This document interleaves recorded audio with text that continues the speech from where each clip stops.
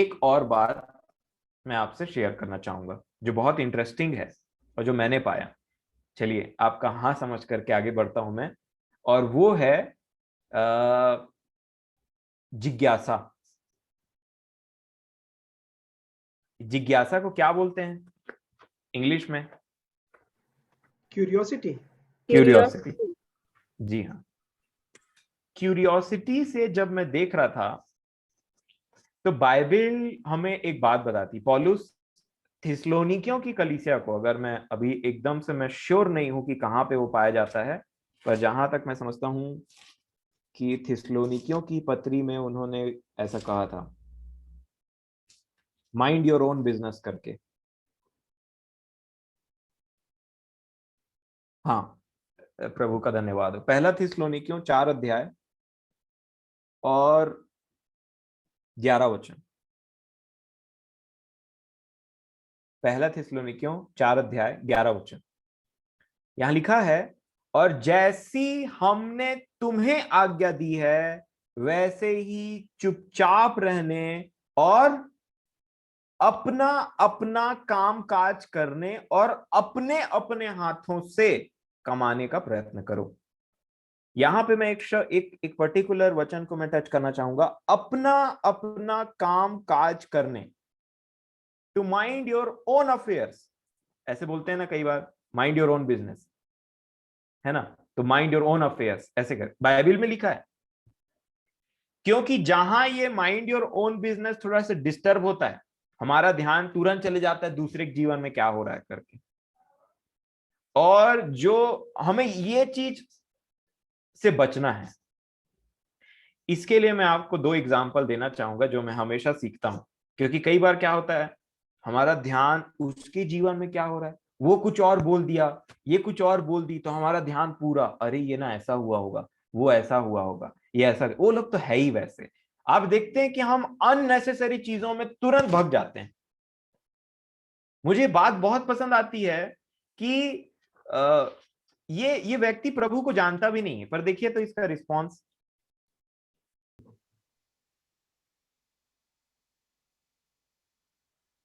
हाँ, 18 का 14। 14, हाँ। जी, बहुत 14। बहुत धन्यवाद। प्रभु महान है। लास्ट टाइम में जैसे आगे ही बढ़ रहे थे तो प्रभु ने दिखा दिया। बुआ का भी धन्यवाद। प्रेरितों के काम 18 अध्याय और 14 वचन। उससे मुझे अब इसको याद करते करते एक और वचन याद आ गया जो नीति वचन में लिखा है कि जो पराये झगड़े में पड़ता है, इसको दादा एक दिन बता रहे, पराये झगड़े में जो पड़ता है वो समझ लो कुत्ते को कान से पकड़। यस। ये व्यक्ति का मेरे को एक एटीट्यूड बहुत सुंदर लगा।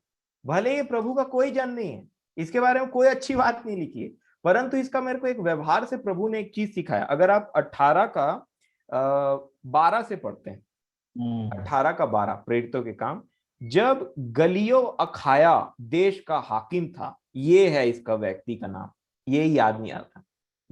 गलियो गलियो अखाया देश का हाकिम था, तो यहूदी लोग एका करके पौलुस पर चढ़ाए और उसे न्याय आसन के सामने लाकर कहने लगे, यह लोगों को समझाता है कि परमेश्वर की उपासना ऐसी रीति से करें जो व्यवस्था के विपरीत है। अब देखिए ये जो व्यक्ति है गलियो, इसका जो एक बहुत अच्छा एटीट्यूड यहां पे मुझे देखने के लिए मिला।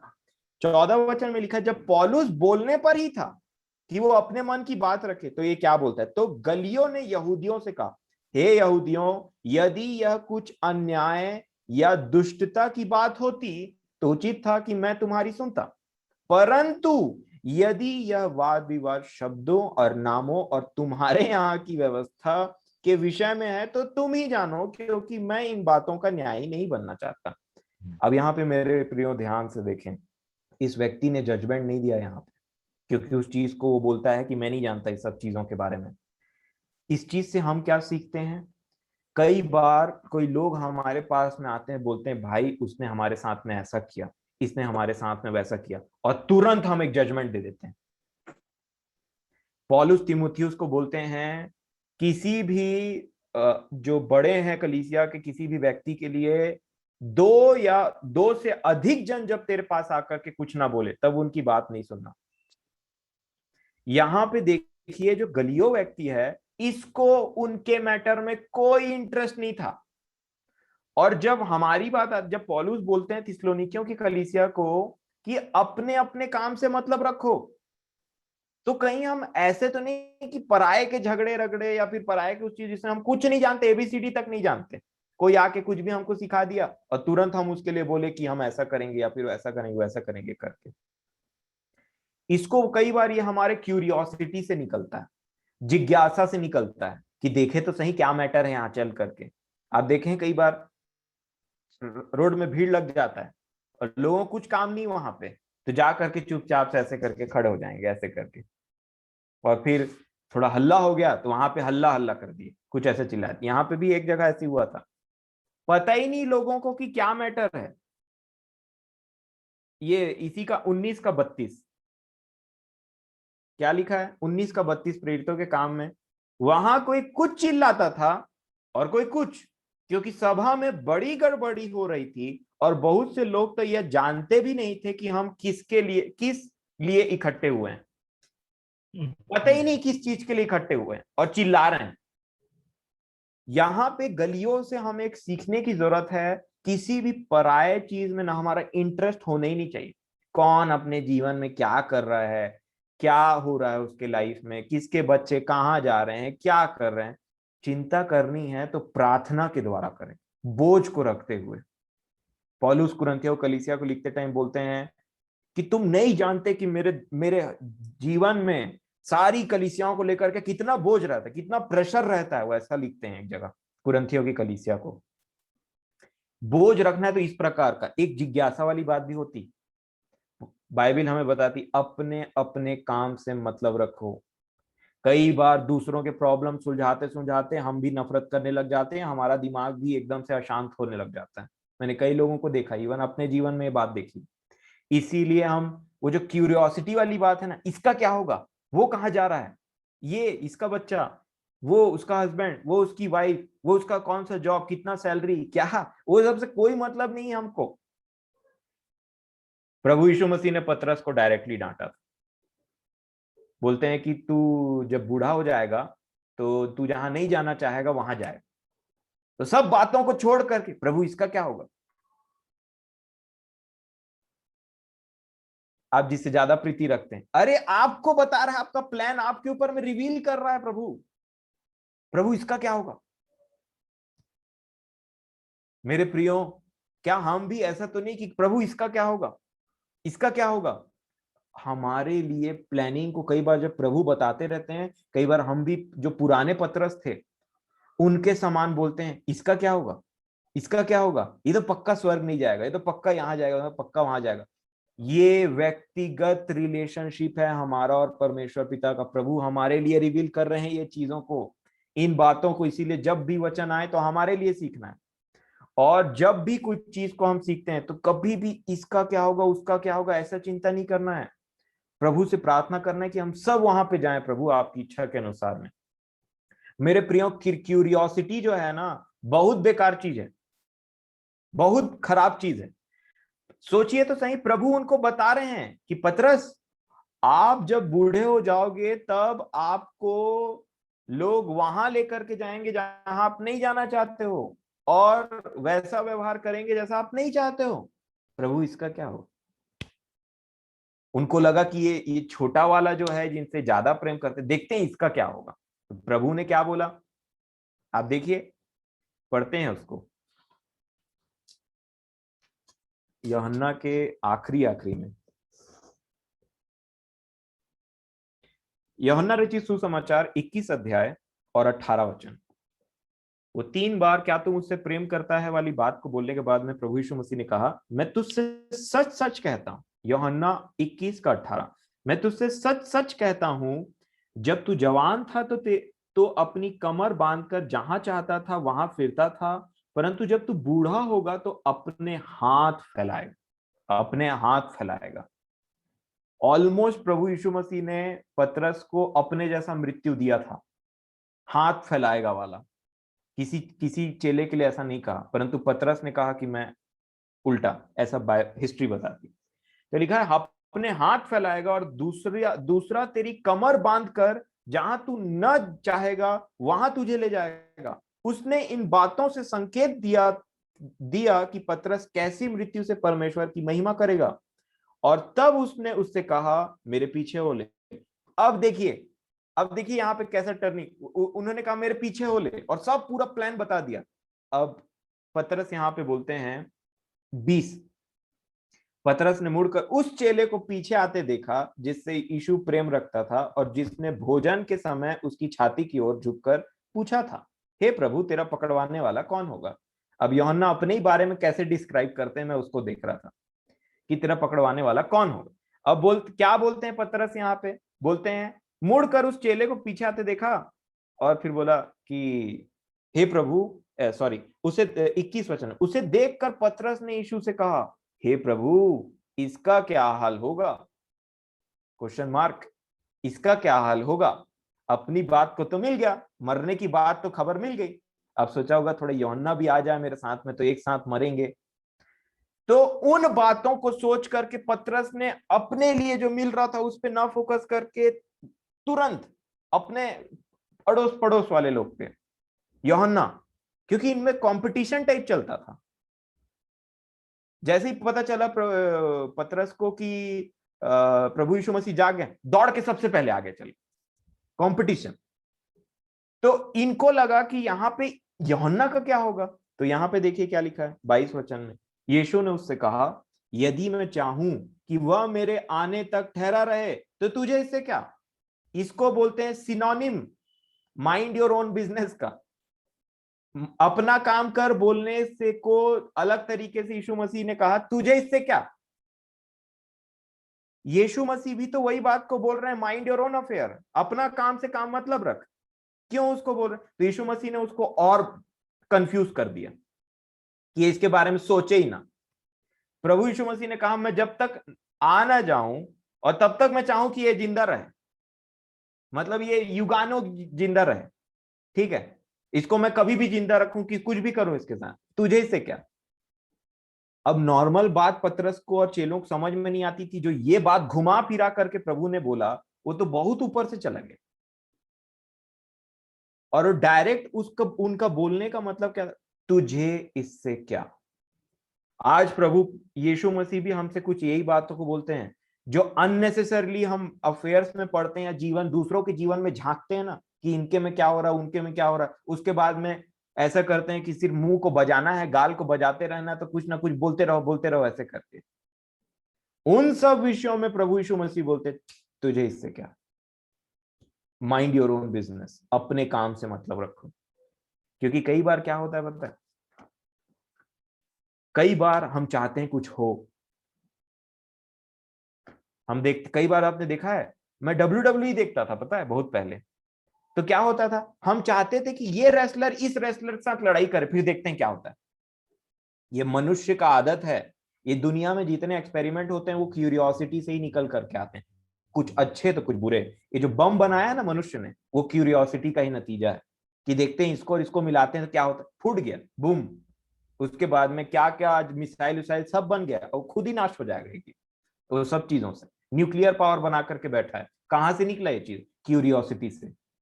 कैसे हवा ने फल खाया, क्यूरियोसिटी से। क्यों आदम ने हल फल खाया, क्यूरियोसिटी से। ये खा सकती तो मैं क्यों नहीं खा सकता, अच्छा अच्छा तो बोल रही है, तो चलो हम भी एक बाइट ले लेते हैं। क्यूरियोसिटी से ही सारी बातें निकलती, ये क्यूरियोसिटी को कट करना बहुत जरूरी। क्रिकेट मैच होता है तो ऐसा होता है कि देखते हैं इंडिया पाकिस्तान में कौन जीतता है, जो क्रिकेट नहीं देखता वो भी बैठे रहता है कि हाँ ठीक है, तो 6 मारा, उसको लगता है 4 मार दिया तो 4 चिल्लाता, समझ में कुछ नहीं आ रहा है वहां पे कहने का मतलब, परंतु क्यूरियोसिटी पैदा हो गई, लोग सब बात कर रहे हैं इस चीज के बारे में, तो हम भी देखें ये ऐप कैसे चलता है, यहाँ पे क्या होता है, इसके बारे में तो बहुत बातचीत हो रही है, वहां घूम के आके देखते हैं वहां क्या हो रहा है। मेरे प्रियो, मैं आपको आज क्यूरियोसिटी के, जिज्ञासा के, जो अननेसेसरी जिज्ञासा है, इसके विषय में हमको जिज्ञासा बहुत कम होती है, आप देखिएगा, परंतु सांसारिक विषयों में हमें जिज्ञासा बहुत रहती है। मैं आपको बता रहा हूं ना, कुछ भी आप टीवी सीरियल में क्या होता है, आज का खत्म कर दिया और फिर लिखा कमिंग सून और थोड़ा सा दिखा दिया क्या आने वाला है करके। तो कई बार ऐसा होता है, सास बहू को थप्पड़ मार रही है, तो उसके लिए पूरे 3 दिन इंतजार चलते रहता है, क्यों मारी, कैसे मारी, क्या। ये आप देखिए शैतान का बहुत बड़ा टैक्टिक है किसी को फंसा करके रखने के लिए कि क्या होता है। और जैसे ही हमारी क्यूरियोसिटी एक बार आ जाती है ना, आप देखिए रात में 9 बजे सोने वाले 10 साढ़े 10 बजे वाले सोने वाले इंसान को आप एक मूवी का आधा घंटे का क्लिप दिखा दीजिए, वो रात में उसका सोने का आदत है 10 बजे, लेकिन वो 12 बजे तक जग जाएगा कि क्या होता है पिक्चर में आगे देखें करके। ये 9 से 12 वाला शो कैसे निकला, थोड़ा सोचिए सब बातों को। संसारिकता की सारी पोल पट्टियों को प्रभु खोलता है हमारे सामने में, बस प्रभु पास जाने की देरी है। हाँ, ये सब जो करतूत चलते रहते हैं ना मेरे और आसपास, आपके आसपास में, जब हमारी आंख खुल जाती है ना अंदर वाली, तो सब शैतान कैसे काम कर रहा है, कहाँ पाना को टाइट कर रहा है ना, वो सब समझ में आ जाता है। हाँ, बाइबल में ऐसा लिखा है, तू मुझे मेरे शत्रुओं से ज्यादा अधिक बुद्धिमान बनाता है। वो जाल लगा रहा है और आप ऊपर से देख रहे हो ऐसे करके। क्यों क्यों लगा रहा है भाई जाल? अरे तूने तो देख लिया, तेरे को फंसाने के लिए लगा रहा था। ये होना है हमको, सारा अधिकार दे करके रखा है उसने हमको शत्रुओं के ऊपर में। अगर आप एस्तर की पुस्तक पढ़ेंगे, आपको दिखाता हूं एक और जो मैं सीखता हूं, जिन बातों से सीखा है मैंने। एस्तर की पुस्तक और 3 अध्याय। आपने ये बात, टाइम हो गया, टाइम हो गया, जल्दी से फिनिश करेंगे। मैं आशा करता हूं आपकी क्यूरियोसिटी सही जगह में जाए कि मैं क्या बताने वाला हूं एस्तर की पुस्तक में से, है ना। तो एस्तर की पुस्तक में जो बात लिखी है, आप जानते हैं एस्तर की पुस्तक में मेरे प्रियो कौन था? मुर्दगाई करके एक व्यक्ति थे, है ना, और हमान करके एक व्यक्ति थे। अब राजा शरियर्स ने हमान को इतना बड़ा पोजीशन दिया था कि जब हमान पार होते थे ना, तो सब लोग झुक करके दंडवत करते थे। अब मुर्दगाई झुक करके दंडवत नहीं करते थे, तो हमान को ये बात चुभ गई। और सिर्फ इसी चीज की वजह से मैं आपको बता रहा हूं, अपने घमंड को उन्होंने नहीं तोड़ा, इसी की वजह से वो आगे फांसी चढ़ गई। स्टार्टिंग यहीं से हुआ था कि उन्होंने प्रभु के व्यक्ति जो जो इजरायली है, मुर्देकाई, जो प्रभु का जन यहाँ पे रिप्रेजेंट करता है इस पूरे बाइबल में, उसके अगेंस्ट में युक्ति बांधी थी कि इसको मैं मार करके रहूंगा। और वो 50 फीट एक ठो खंबा बना दिया, इसमें मैं टंगाऊंगा, खुद टंग गया लास्ट। अब देखिए यहाँ पे क्यूरियोसिटी के विषय में जब मैं देख रहा था, तो अब देखिए क्या होता है पता है, कि जो लोग, मान लीजिए आप अपने ड्यूटी में बड़े ईमानदारी से अपना काम कर रहे हैं, अब ना जो व्यक्ति ईमानदारी से काम नहीं कर रहा है और आपको पता चल गया ईमानदारी से काम नहीं कर रहा है, तो आप सोचेंगे किसी ना किसी तरीके से ना इसकी जो ये बेईमानी है ना, ये ना हेड तक पहुंच जाए, फिर देखते हैं क्या होता है इसका, है ना। कोई इंसान मान लीजिए काम नहीं कर रहा है और अपना थोड़ा सा मजे में है, तो इंसान क्या, दूसरा क्या सोचता है, जो अपना काम ठीक से कर रहा है, इसको एक बार हेड तक इसको बात थोड़ा पहुंचाओ, तो फिर देखते हैं कि इसका ये जो ऐसा चाल चलन चलता है या चलती है, देखते हैं कहाँ तक रहता है। सेम बात यहाँ पे लिखी है, वो कई बार ऐसा करते भी है इंसान। लिखा है 3 एस्तर की पुस्तक 3 अध्याय, है ना।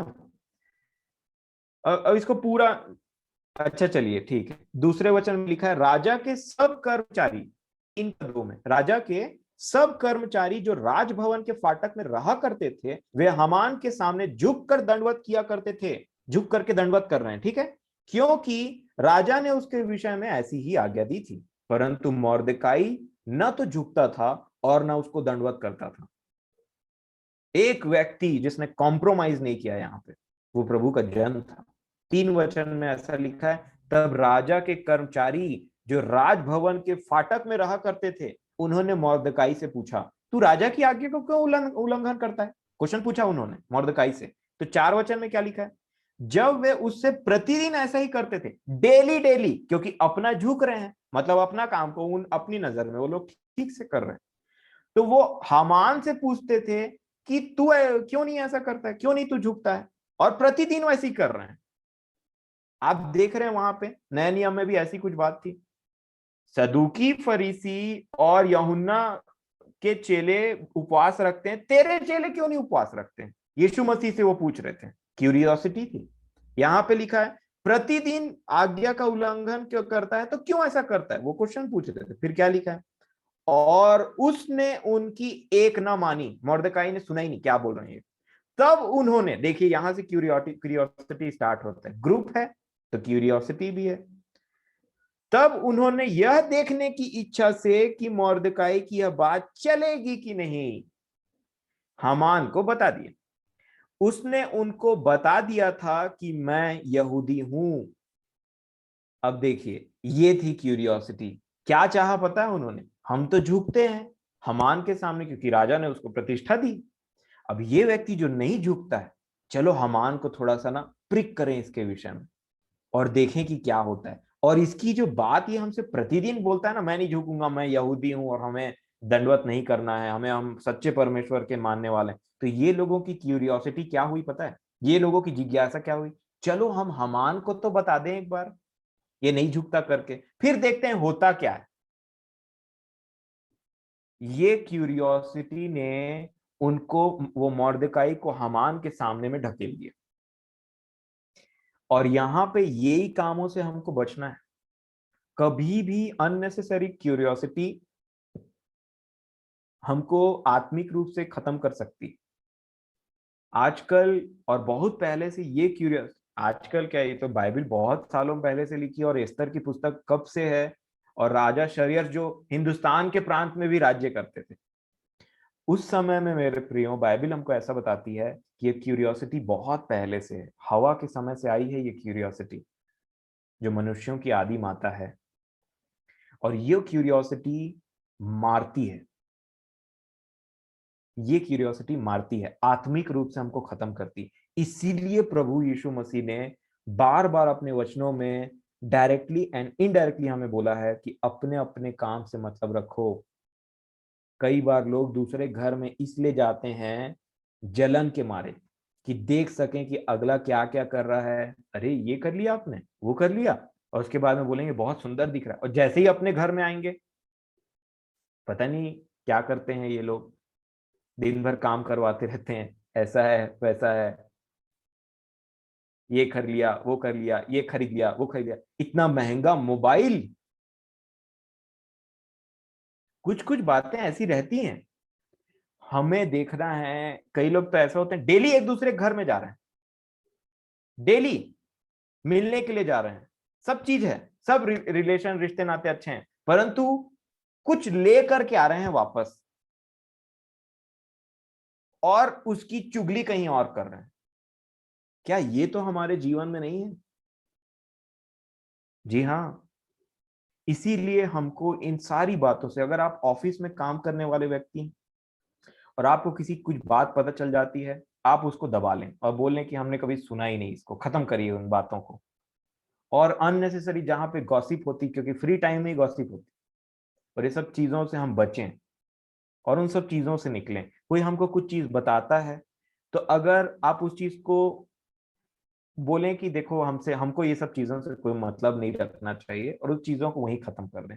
क्योंकि जब मनुष्य बात करता है, इस संसार का मनुष्य जब बात करता है, तो वो अननेसेसरी बातों से भरा रहता है।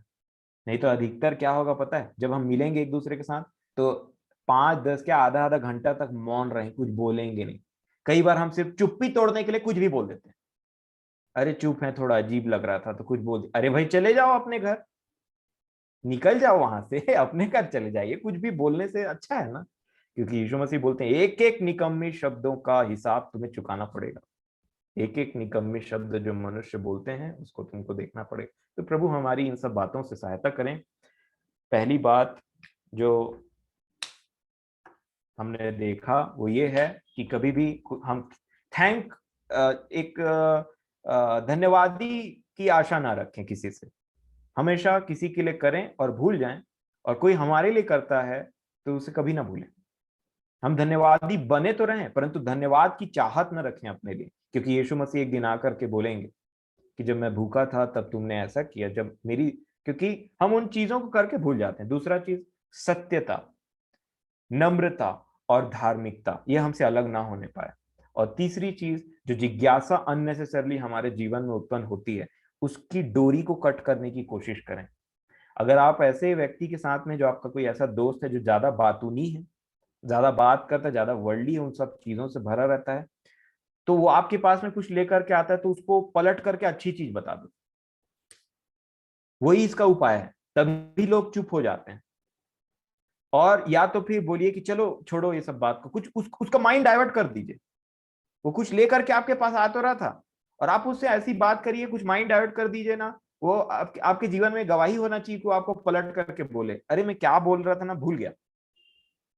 हाँ, यही करवाना है कुछ लोगों के साथ में। उनको भुला देना है कि वो क्या लेकर के आए थे आपके पास में। और उनको आप जो चाहते हैं वो डाल करके भेज दीजिए उनके दिमाग में। हमारे कल्पनाओं को भी अपने वश में कर लेते हैं प्रभु यीशु मसीह के नाम से, पौलुस ऐसा बोलता है। तो प्रभु मेरी और आपकी सहायता करें। ये सब बोलने के लिए नहीं है, ये सब प्रैक्टिस करने के लिए। और प्रभु से सहायता मांगे कि प्रतिदिन हम प्रैक्टिस करें इन सब बातों को। प्रभु मेरी और आपकी सहायता करें।